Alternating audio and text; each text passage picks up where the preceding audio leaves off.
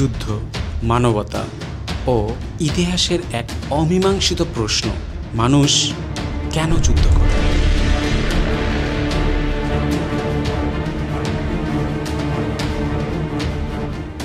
যুদ্ধ শব্দটা শুনলেই যেন কানে বাজে কামানের শব্দ, চোখের সামনে ভেসে ওঠে ধোঁয়ায় ঢাকা আকাশ।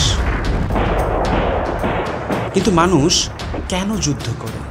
ধর্মের জন্য, দেশের জন্য, নাকি ক্ষমতার জন্য? ইতিহাসের পাতায় যুদ্ধের শুরু ঠিক কবে কেউ জানে না।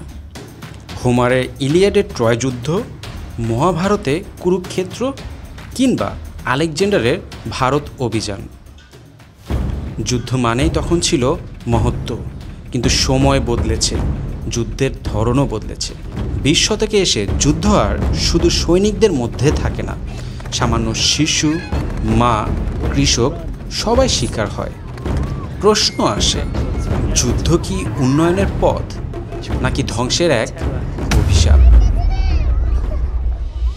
1971 সালে বাংলাদেশ যুদ্ধ করেছে ভাষা, পরিচয় আর স্বাধীনতার জন্য।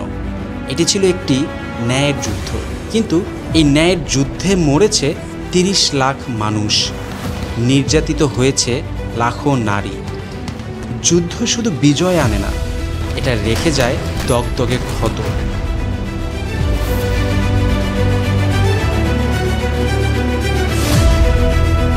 একজন মুক্তিযোদ্ধার চিঠিতে লেখা ছিল, আমরা দেশের জন্য লড়ছি, কিন্তু চোখের সামনে যে কিশোর ছেলেগুলো মরছে সেটা কোনো বিজয়ের আনন্দ দেয় না।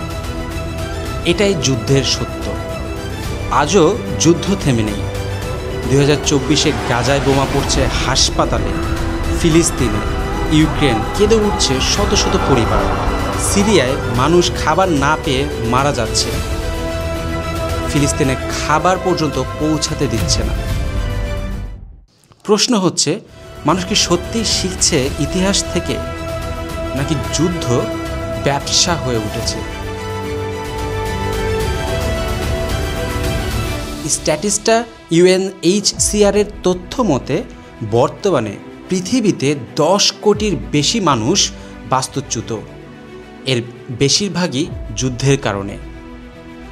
যুদ্ধের পিছনে আছে রাজনীতি, অস্ত্র ব্যবসা এবং মাঝে মাঝে গভীর একটা গেম। যুদ্ধ কি সবসময় খারাপ? না, কখনো কখনো যুদ্ধ অপরিহার্য হয়ে ওঠে, যেমনটা 1971 সালে হয়েছিল। কিন্তু প্রতিটা যুদ্ধের প্রশ্ন থেকে যায়, এই যুদ্ধটা কি সত্যি শেষ যুদ্ধ? মানুষ যুদ্ধ করে কারণ মানুষ বাঁচতে চায়, কিন্তু যুদ্ধ করে কারণ মানুষ ক্ষমতার নেশায় অন্ধ।